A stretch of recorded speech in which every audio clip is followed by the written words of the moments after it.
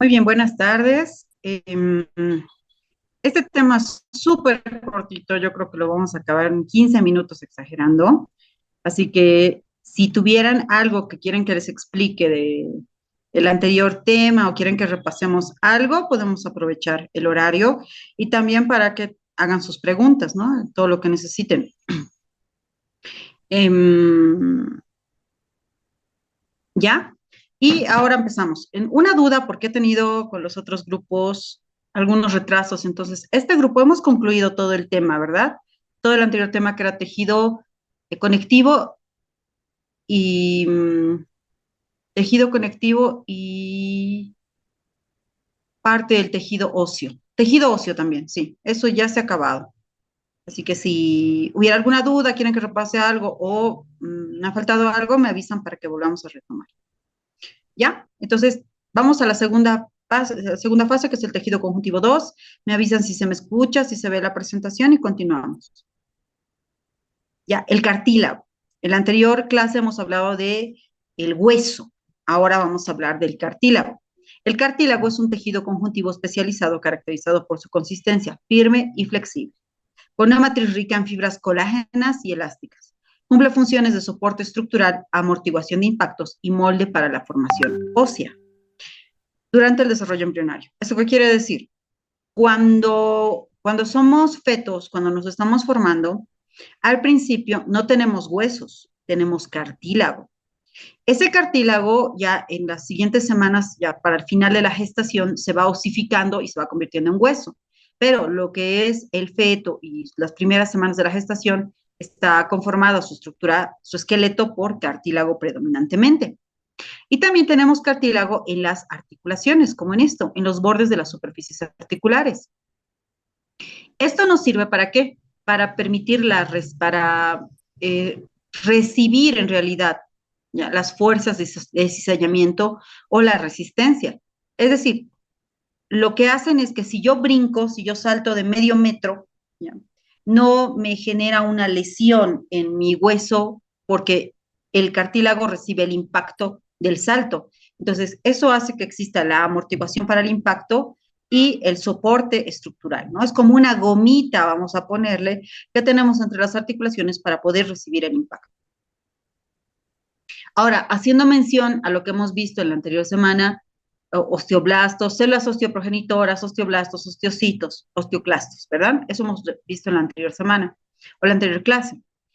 Esta clase vamos a hablar más o menos las células se parecen en el cartílago. Tenemos a los condroblastos, blastos no se olviden que son células formadoras, pues tenemos a los condroblastos, cuya función es sintetizar la matriz cartilaginosa.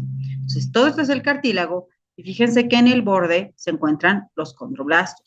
Los condroblastos están generando estructuras que forman parte de la matriz del cartílago. O sea, aquí vamos a encontrar los arqueanos, los glucosaminoglucanos, los proteoglucanos, etcétera. Eso van a estar sintetizando los condroblastos. Cuando el condroblasto va madurando, va formando como una casita, ¿no? Alrededor de él va a formar algo que se llama laguna, que es lo que pueden ver aquí en este corte histológico, ¿no? La laguna. Cuando este condroblasto se ha quedado atrapado en su laguna, ahora cambia su nombre y se llama condrocito. Entonces, el condrocito es la célula madura que se aloja en la laguna dentro de la matriz. Es el condroblasto que ha terminado siendo aislado en su propia laguna y ahora es una célula madura del tejido cartilaginoso que se llama condrocito. Matriz extracelular. ¿Qué hemos dicho que es la matriz extracelular? Es todo lo que se encuentra entre las células. Todo lo que permite la adhesión de célula con célula es la matriz extracelular. ¿Qué compone o qué tiene la matriz extracelular? Lo que son los glucosaminoglucanos, como el condroitín y el heparansulfato, los proteoglucanos, como agrecano, y el colágeno de tipo 2, lo que le otorga resistencia a la compresión y elasticidad. Recuerdan que en tejido conectivo habíamos visto que la matriz extracelular tenía ácido hialurónico, tenía glucosaminoglucanos, heparansulfato y demás, ¿no? Bueno, fíjense de qué está hecha, muy parecida a la matriz extracelular del cartílago. Glucosaminoglucanos, proteoglucanos y el colágeno de tipo 2. Y también les hago recuerdo lo que ya había mencionado antes. Estas son dianas terapéuticas. Diana terapéutica quiero decir que hoy en día hay tratamiento para los pacientes con artrosis en base a condroitin sulfato, que viene en sobrecitos para la toma o en inyecciones, ¿ya?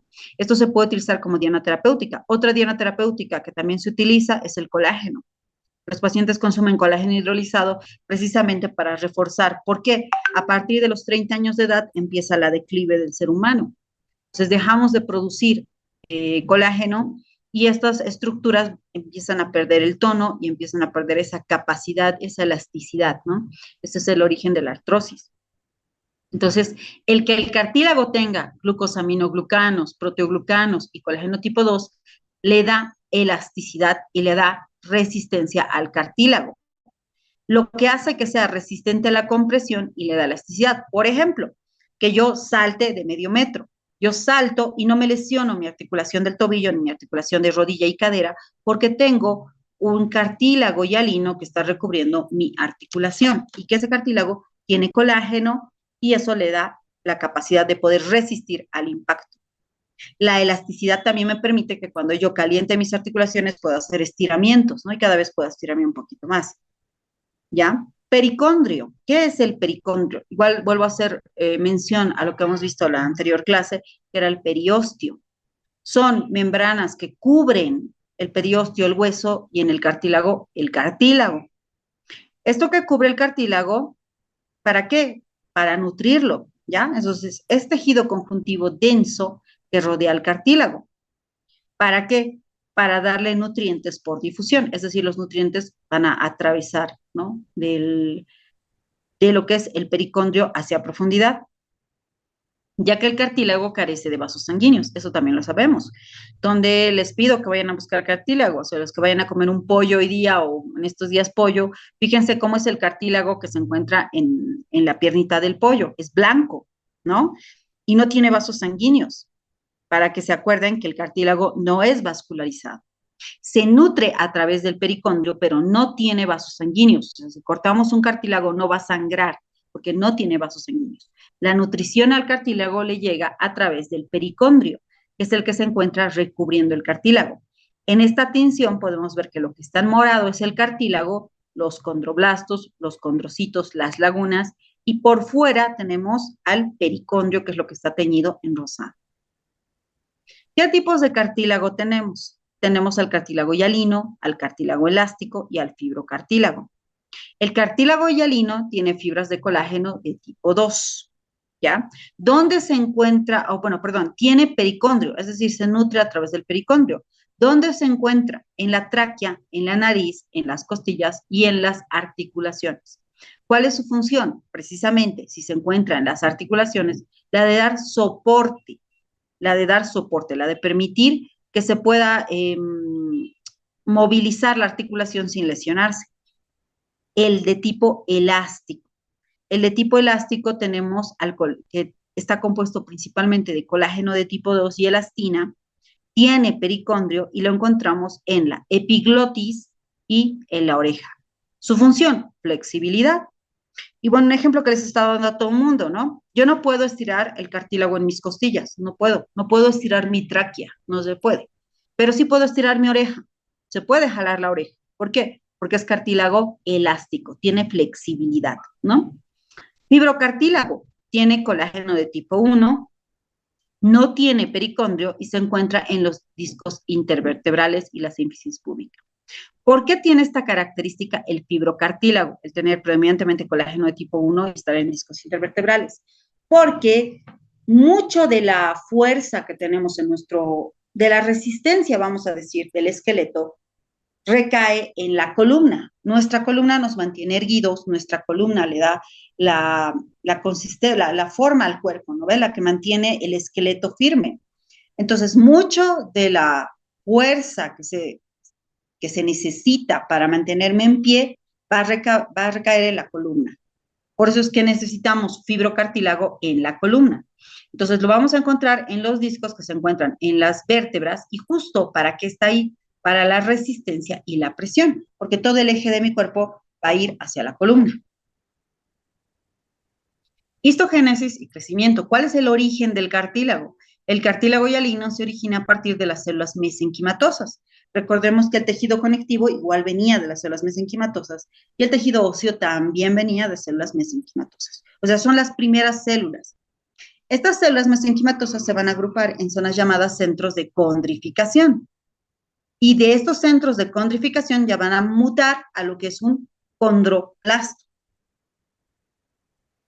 ¿Ya? Estas células mesenquimatosas tienen un gen, el gen SOX9.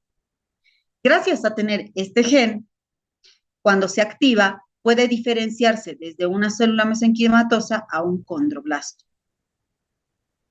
Entonces, esta sería la célula primaria, ¿ya?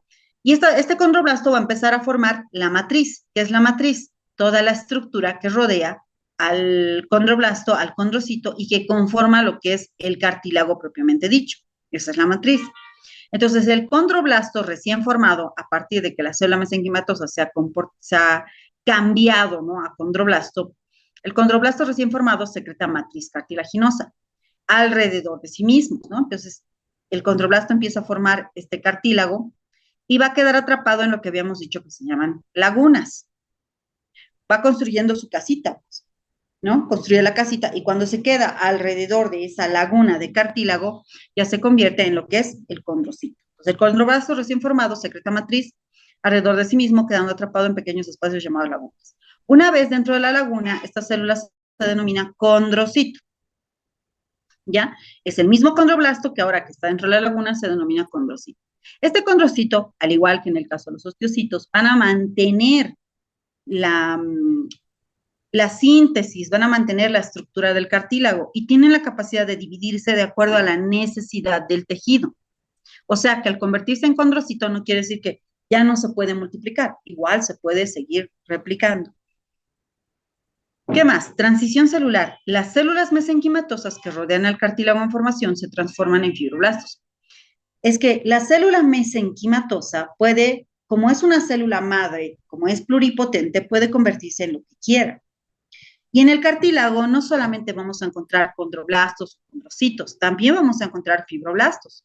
Porque recordemos que la función del fibroblasto era la síntesis de glucosaminoglucanos, proteoglucanos, fibronectina, agrecanos, que son estructuras que necesitamos para que el cartílago tenga esta consistencia elástica y pueda tener una resistencia al impacto. Entonces, también necesitamos fibroblastos. Por eso es que algunas células mesenquimatosas que van a rodear el cartílago van a convertirse en fibroblastos. ¿Ya? También se genera el pericondrio, que hemos dicho que es el pericondrio. Es esta estructura que rodea al cartílago, algunos tipos de cartílago, y les otorga los nutrientes, porque el cartílago por sí mismo no es vascularizado. El pericondrio posee dos capas, fibrosa externa, que tiene fibroblastos y mucha irrigación, y la capa interna, que tiene células condrogénicas que se dividen activamente y se diferencian en condroblastos. ¿A qué se refiere con células condrogénicas? Que son células madre que luego se van a dividir en otras células que van a formar ahora sí cartílago, ¿sí? Por ejemplo, en el hueso teníamos a las células madre osteoprogenitoras. La osteoprogenitora pasaba a ser osteoblasto, el osteoblasto a osteocito. En el cartílago pasa más o menos lo mismo. Está la célula madre condrogénica que pasa a ser condroblasto y el condroblasto a condrocito. ¿Dónde se van a localizar estas células? En la capa interna del pericondrio. ¿Dónde se encuentra el pericondrio? Recubriendo al cartílago. Y ya saben que no a todos los tipos de cartílago. Hay cartílagos que no tienen pericondrio. Existen dos mecanismos de crecimiento del cartílago. ¿Cómo va creciendo el cartílago, no? Tenemos el crecimiento intersticial. Intersticio siempre quiere decir entre, ¿ya? Se origina por la división de condrocitos dentro de una laguna, ¿ya? El condroblasto ya se ha rodeado de su casita, que es la laguna, pero aún tiene la capacidad de replicarse, de dividirse. Entonces, estos empiezan a dividirse, a dividirse, a dividirse, y al irse separando en varias lagunas, va existiendo el crecimiento del cartílago. ¿ya? Entonces se origina por la división de condrocitos dentro de las lagunas formando grupos isogénicos de 2 a 4 cepas. Iso quiere decir equivalente o igual. Quiere decir que estaba un condrocito, este se divide, estos dos se dividen y bueno, van formando estas lagunas ahora de 4 condrocitos, ¿no? Esto permite que el cartílago empiece a crecer. Cada condrocito secreta nueva matriz porque su función es precisamente mantener la matriz del cartílago, lo que separa las lagunas y aumenta el volumen del cartílago. ¿Me están entendiendo? Entonces tengo un condrocito, se convierte en 2 condrocitos, cada condrocito se va a convertir en otros 2 condrocitos, ¿no?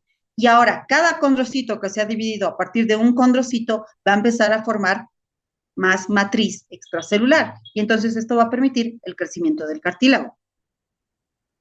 Este tipo de crecimiento ocurre durante el desarrollo embrionario y en cartílagos jóvenes, porque tenemos algo llamado cartílago de crecimiento que se encuentra en las epífisis de los huesos largos y que nos permite crecer. Esto tiene un límite de edad, ¿no? Más o menos en las mujeres es 1 año después del periodo menstrual a 2, y en los varones hasta los 21 años más o menos pueden seguir creciendo. Pero esto varía también de paciente a paciente, ¿no? Entonces, ese cartílago de crecimiento permite que nosotros podamos desde bebés empezar a crecer, crecer, crecer hasta que llegamos a un tope cuando el cartílago de crecimiento se cierra. Y pasa lo mismo en el desarrollo embrionario, porque primero empieza el feto, ¿no? El feto que es chiquitito y luego empieza a crecer, crecer, crecer, crecer hasta que se forma un bebé. Y este es el otro tipo de crecimiento del cartílago, el crecimiento aposicional. Es producido por los condroblastos del pericondrio interno.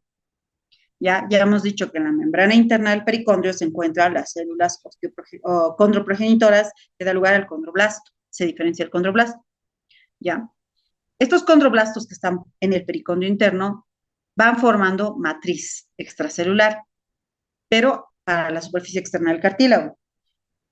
¿Para quién es importante o funcional este tipo de crecimiento aposicional? Es el principal método de crecimiento del tejido cartilaginoso, excepto en regiones que no tienen pericondrio. Por ejemplo, los discos intervertebrales de la columna. No necesitamos más crecimiento de los discos intervertebrales. O sea, ahí no hay pericondrio. Pero en los cartílagos que tengan pericondrio, es la forma principal por la cual va formándose más cartílago. ¿Dónde encontramos este tipo de cartílago y este crecimiento aposicional? En las superficies articulares y en las epífisis de los huesos largos. ¿Qué más compone el cartílago? Habíamos dicho que en el cartílago tenemos el pericondrio que lo recubre, las células condroformadoras, el condroblasto va formando su casita, ¿no? Va formando matriz y se reúne en una laguna y ahora se llama condrocito. Y el condrocito sigue replicándose, sigue dividiéndose y va formando más matriz. ¿Qué es esa matriz? ¿Qué es la matriz extracelular? Es esto. Todas estas estructuras conforman la matriz extracelular. Entonces, ¿qué tiene predominantemente el cartílago que lo hace cartílago y que le confiere esta capacidad de permitir la resistencia a los impactos y ser elástico? El colágeno de tipo 2, que es el 40% del peso seco del cartílago, estamos hablando ahorita del cartílago hialino, ¿ya? El hialino tiene colágeno de tipo 2 en un 40% y otros tipos de colágeno. Tiene glucosaminoglucanos, que son glucoproteínas que le dan esa consistencia elástica. El condroitin 4-sulfato, el condroitin 6-sulfato y el heparansulfato. Les había ya mencionado, para que se vayan acordando, estas son dianas terapéuticas. Quiere decir que en artrosis a veces damos condroitin sulfato, les estaba explicando, ¿no? Para que recuerden que parte importante de la matriz del cartílago es el condroitin 4-sulfato, el condroitin 6-sulfato y el heparansulfato. Los proteoglucanos, ¿ya? Otro tipo de proteínas que le dan esa elasticidad. ¿De qué están hechos principalmente? Condronectina, agrecano, y estos distinguen 3 zonas dentro de lo que es la matriz del cartílago hialino. Estas 3 zonas de la matriz del cartílago hialino son la matriz territorial, la matriz interterritorial y la matriz pericelular. La matriz territorial rodea a los condrocitos, tenemos el condrocito, y alrededor del condrocito vamos a tener esta matriz territorial, que es rica en ¿qué? Proteoglucanos. La matriz interterritorial, que se encuentra entre las células, ¿ya? Esta es más rica en colágeno. Y la matriz pericelular protege al condrocito. Uno es el que le va a rodear a la laguna y otro es el que le va a rodear al condrocito como tal. Hasta ahí es el cartílago. Hasta ya hemos hablado de los principales tipos de cartílago y sobre todo el cartílago hialino, que es el que se encuentra en nuestras articulaciones y por eso es importante conocerlo. Tejido adiposo. Otro tipo de tejido, parte del tejido conectivo, es el tejido adiposo o la grasa, ¿ya? El tejido adiposo es nada más que la grasa. El tejido adiposo es un tipo de tejido conjuntivo especializado cuya función principal es el almacenamiento de energía y en forma de lípidos, además de actuar como aislante térmico y amortiguador mecánico para órganos internos. Está formado por adipocitos derivados de células mesenquimatosas. Bueno, vamos a ir desglosando esto poco a poco. Ya ustedes pueden irlo relacionando. La célula mesenquimatosa es la primordial que va a dar lugar ¿a qué? Al cartílago, que va a dar lugar al hueso, que va a dar lugar al tejido conectivo y que da lugar también al tejido adiposo. Es decir, la célula mesenquimatosa se va a transformar en uno u otro tipo celular dependiendo del tejido donde se encuentre, ¿ya? Entonces, la célula mesenquimatosa es la originaria del tejido conectivo, la que origina el tejido conectivo, propiamente dicho, el tejido conjuntivo, la que origina el tejido adiposo, origina el tejido óseo, origina el cartílago, ¿ya? Entonces, eso les está diciendo. 2, ¿para qué sirve el tejido adiposo? ¿Para qué nos sirve la grasa? ¿O por qué tenemos grasa en nuestro cuerpo? Porque nos pasamos la vida queriendo perder grasa y de hecho todos los médicos siempre vamos a recomendar a nuestros pacientes que no acumulen grasa, ¿ya? Porque la grasa tiene una función en nuestro cuerpo. Es una reserva energética. La función de la grasa es ser reserva energética. El ejemplo que les estaba dando es del ayuno intermitente. No sé si han escuchado hablar de esto, porque se ha puesto muy de moda en el último tiempo, la verdad está. Hace 1 año, 2 años que estoy escuchando más sobre el ayuno intermitente. ¿En qué consiste el ayuno intermitente? En no comer durante 12, 16 y 18 horas, ¿ya? Pues, ¿qué pasa si yo hoy dejo de comer? Como mi última comida a las 7 de la noche y mañana a las 7 de la mañana recién vuelvo a ingerir un alimento. Mi cuerpo va a entrar en 12 horas de ayuno. Pero mi cuerpo necesita ATP, necesita energía. Yo no le estoy dando glucosa. ¿Qué va a hacer? Primero va a acabar las reservas de glucosa en mi cuerpo y luego dice, bueno, ¿de dónde sacamos este ATP? De la grasa, ¿ya? Entonces, la grasa es una reserva energética. En nuestra evolución hemos necesitado esta grasa para protegernos en las épocas de hambruna, ¿sí?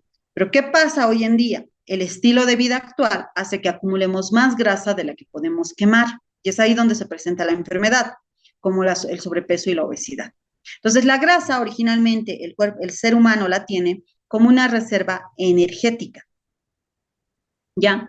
Que nosotros hayamos salido del equilibrio y nos ponemos a comer más de lo que quemamos es lo que nos termina enfermando y produciendo obesidad, sobrepeso y síndrome metabólico. Ahora, su otra función de la grasa, aislante térmico, mantiene la temperatura corporal. Por esta razón, las personas más delgadas sienten más frío y las personas con más grasa corporal sienten menos frío.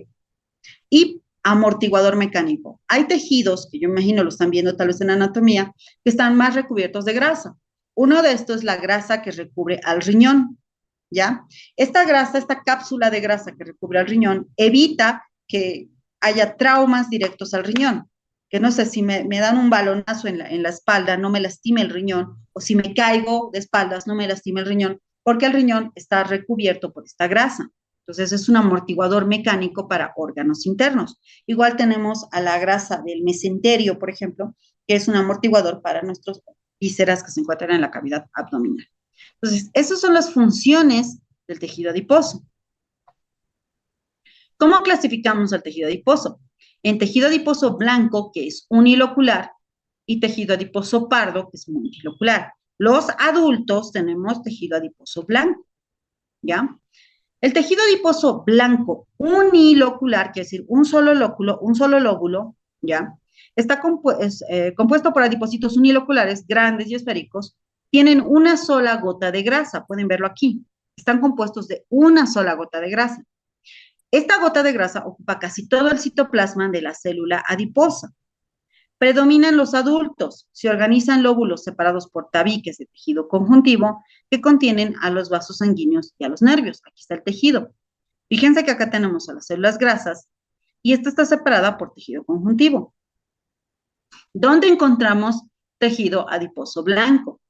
Se localiza en el mesenterio, en el epiplón, en la región glútea o dependiendo la raza y el sexo. ¿Sí? Porque en las mujeres tenemos más tendencia a acumular esto en las mamas y en las caderas, así como en los muslos, y los hombres tienen más tendencia a acumularlo en los hombros, en el abdomen a partir de los 30 años y en el cuello, ¿no? Entonces, dependiendo del sexo y también incluso dependiendo la raza, hay razas que tienen más tendencia a acumular grasa en la cadera, por ejemplo, ¿no? Entonces, cada adipocito se asocia estrechamente con capilares para facilitar el intercambio de lípidos y metabolismo. No nos olvidemos que aquí está la reserva metabólica. Cuando yo necesito agarrar lípidos para formar, no sé, alguna hormona, es del tejido adiposo de donde voy a sacar esos lípidos. Cuando yo encuentro en ayuno y necesito sacar energía de algún lado, es del tejido adiposo de donde yo voy a sacar esos lípidos para convertirlos en energía. ¿Cuál es la función del tejido adiposo blanco, el unilocular? Almacenamiento de energía en forma de triglicéridos, ¿ya? Aislamiento térmico, ya lo habíamos dicho, quiere decir que mantiene la temperatura corporal. Protección mecánica, también ya hemos hablado de esto, y regulación endocrina mediante la secreción de leptina, adiponectina y otras hormonas. Ahora les voy a explicar estas hormonas en un ratito. Tejido adiposo pardo. El pardo es el multilocular, ese no lo tenemos los adultos o tenemos en muy poquita cantidad, ¿ya? Contiene adipocitos multiloculares, quiere decir que ya no es solo una gotita de grasa la que conforma la célula adiposa, son varias gotitas de grasa que van a formar la célula adiposa. Eso es el tejido adiposo pardo multilocular. Tiene múltiples gotas lipídicas con abundantes mitocondrias. ¿Por qué? Porque se necesita extraer a partir de esto energía, ¿ya? Presenta una inervación simpática abundante y rica en irrigación sanguínea. Es más frecuente en fetos y recién nacidos, aunque puede reaparecer en adultos mayores o en estados de caquexia.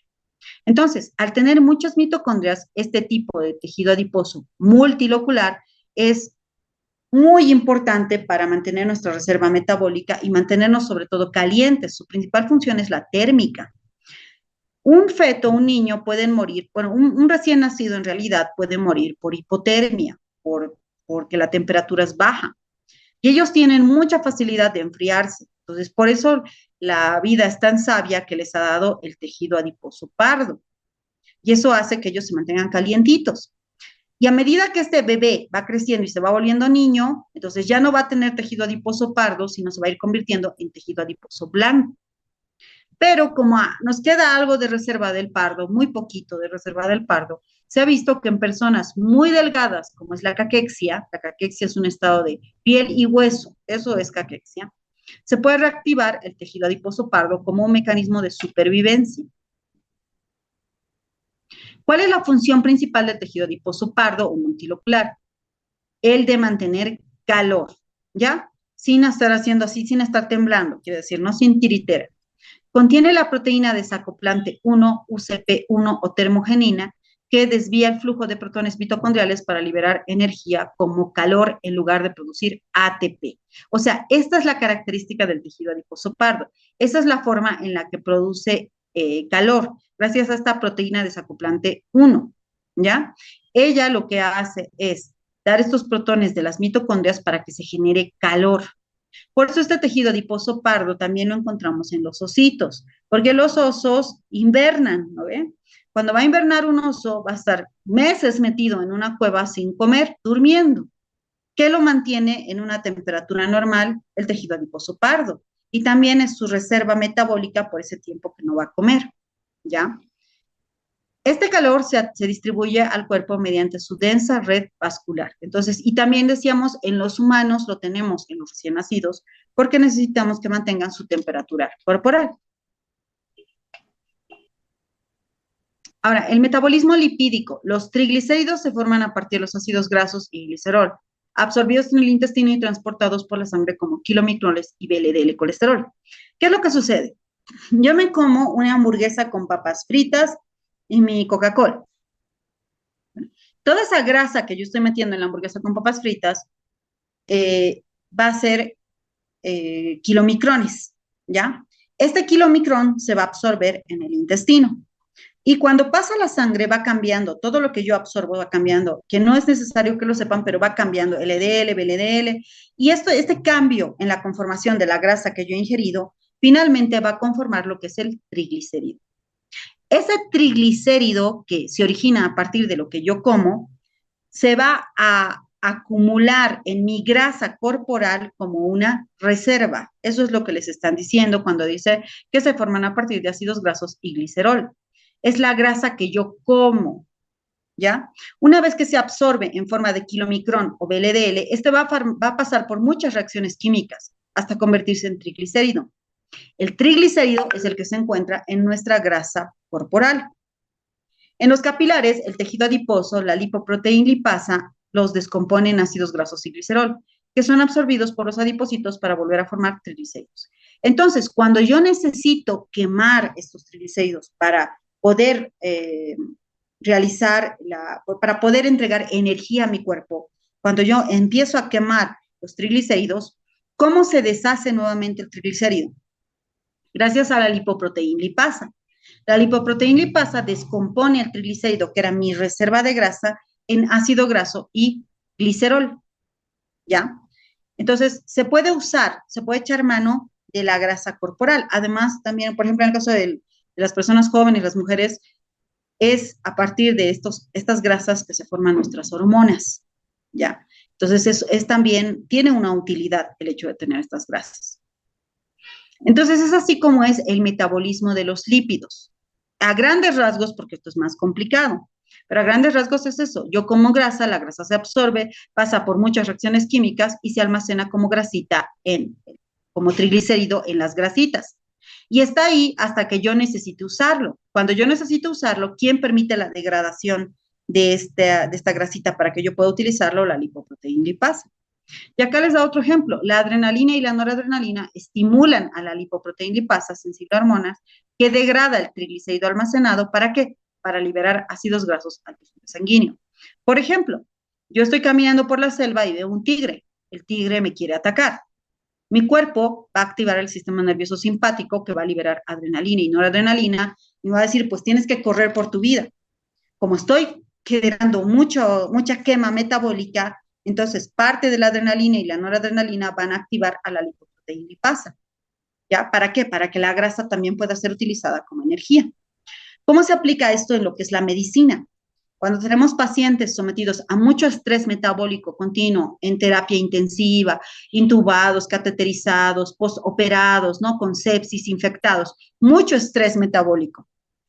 Está aumentada la actividad de su sistema nervioso simpático. El simpático va a activar a la lipoproteína lipasa porque este paciente está luchando por su vida, está tratando de salir de una enfermedad. Entonces, las reservas de grasa se van a utilizar. Por eso, cuando se enferman, pierden peso. Las personas que se internan generalmente van perdiendo peso. Más allá de la dieta hospitalaria, es esta adrenalina y noradrenalina que me están activando a la lipoproteína lipasa para que yo pueda quemar los ácidos grasos. Ahora sí, hace rato les hablaba, les voy a explicar lo de la leptina, ¿no ven? Bueno, existe en nuestro cuerpo la forma de regular cuánta de grasa nosotros necesitamos y cuándo tenemos hambre y no tenemos hambre, ¿ya? Entre estos tenemos ciertas hormonas que tienen relación con el tejido adiposo. Tenemos a la grelina. La grelina se produce en el estómago y estimula el apetito. Entonces, cuando ustedes sienten el estómago vacío y tienen ganas de comer, lo que pasa es que la grelina está generando estímulo a su hipotálamo, al centro del hambre, y le está diciendo, hora de comer, tenemos hambre, ¿ya? La grelina es la que nos indica a los seres humanos que tenemos que buscar comida. Esa es la grelina. Pero como todo tiene que ser un equilibrio, tiene que haber otra contraposición. Aquellas que me digan, suficiente, ya hemos comido, ya no necesitamos comer más, porque si solo hubiera grelina, pues estaríamos comiendo todo el tiempo.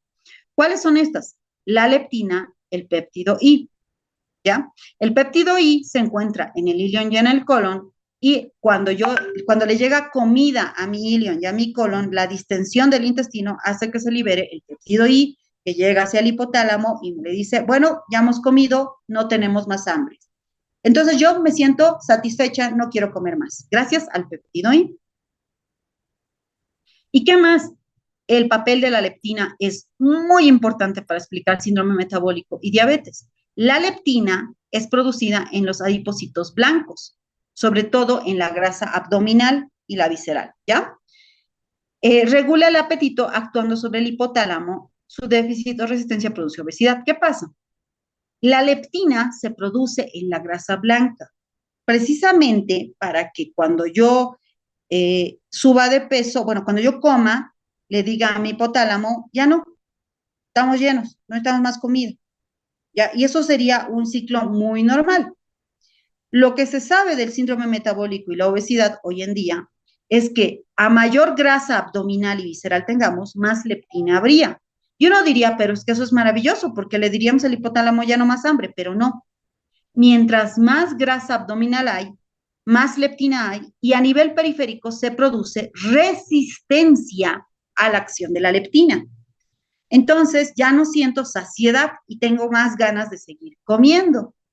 Y esto es lo que sucede con las personas con obesidad mórbida o con sobrepeso, con obesidad. Mientras más grasa abdominal tengan, más leptina van a tener. Pero mientras más leptina haya, más resistencia a la leptina se va a producir y entonces yo más hambre voy a tener. Y es un círculo vicioso de tengo hambre, como, se forma grasa abdominal, porque no quemo, no hago ejercicio. Entonces esta grasa abdominal produce más leptina, pero mientras más leptina haya, más resistencia a la leptina y por tanto sigo engordando y sigo engordando y sigo engordando.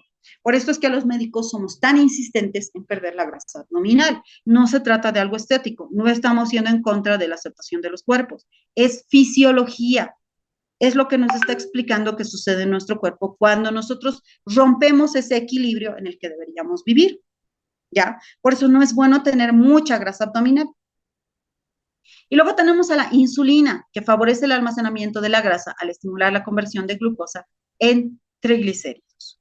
La insulina, entonces, nos permite que el excedente de glucosa que yo como, vamos a poner que es una persona muy golosa y me tomo una Coca-Cola en la mañana y una tucumana y después un pastel de chocolate, o sea, mal, como mal. Estoy comiendo mucho azúcar. Ese exceso de azúcar va a generar mucha insulina. La insulina dice, bueno, tenemos mucho azúcar, ¿qué hacemos? Lo guardaremos el azúcar, pero ahora como triglicérido.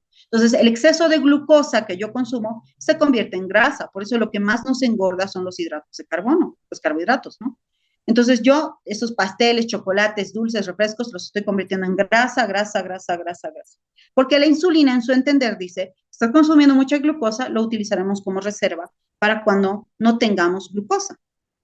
Es un sistema de equilibrio. El problema es que nuestro estilo de vida sedentario, de no hacer ejercicio físico y de comer mal, está haciendo que se desequilibre el cuerpo y pues ahora existen enfermedades como la obesidad, ¿no?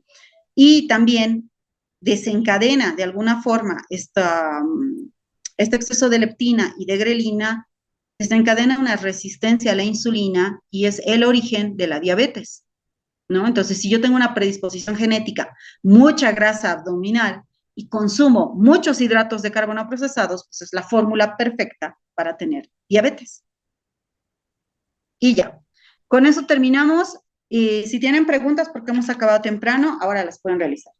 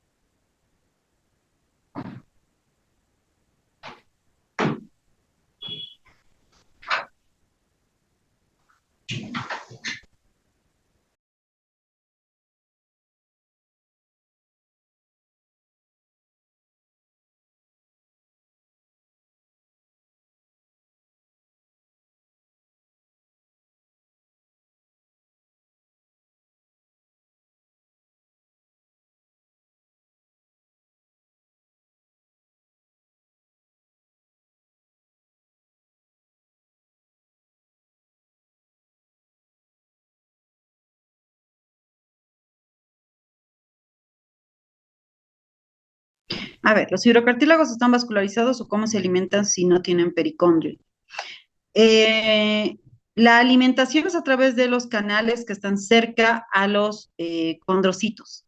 Tienen cierta comunicación externa por donde pueden ser alimentados, pero no es a partir del pericondrio.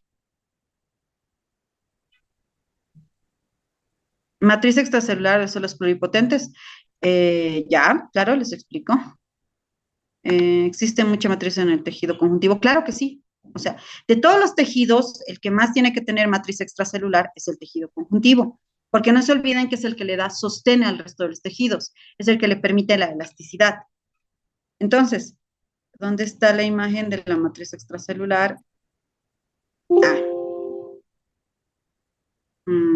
aquí, ¿ya?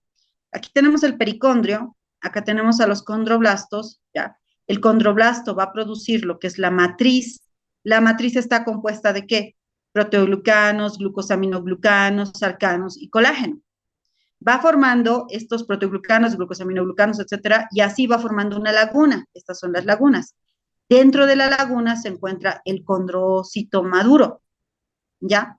El condrocito maduro. Y el condrocito maduro va a seguir formando matriz. Todo lo que tú ves aquí alrededor de la laguna es la matriz.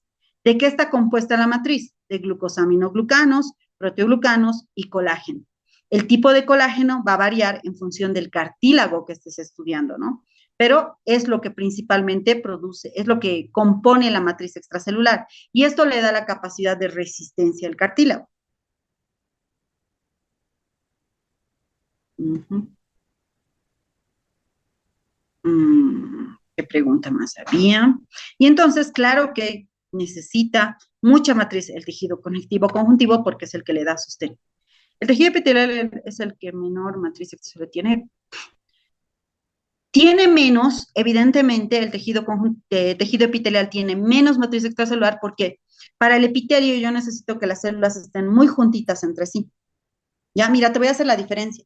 Para el epitelio, las células tienen que estar tan unidas que tengo poca matriz extracelular entre ellas, tengo que estar muy unidas. Pero para el cartílago yo necesito que las células estén separadas. ¿Por qué?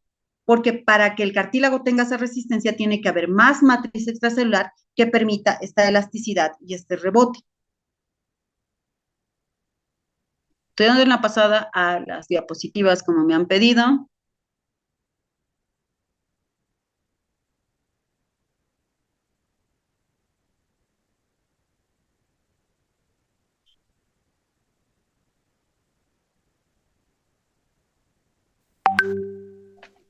Aquí otra pregunta.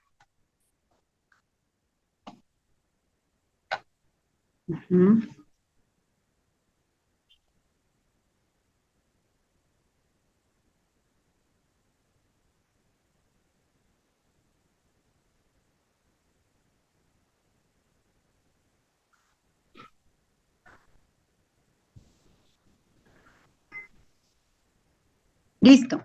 Entonces, si no hay nada más, ninguna otra pregunta, eh, les dejo para que vayan a tomar tecito. Si no han comido ahorita su grelina, les debe estar pidiendo que ingieran algo de comer y nos veríamos la siguiente semana.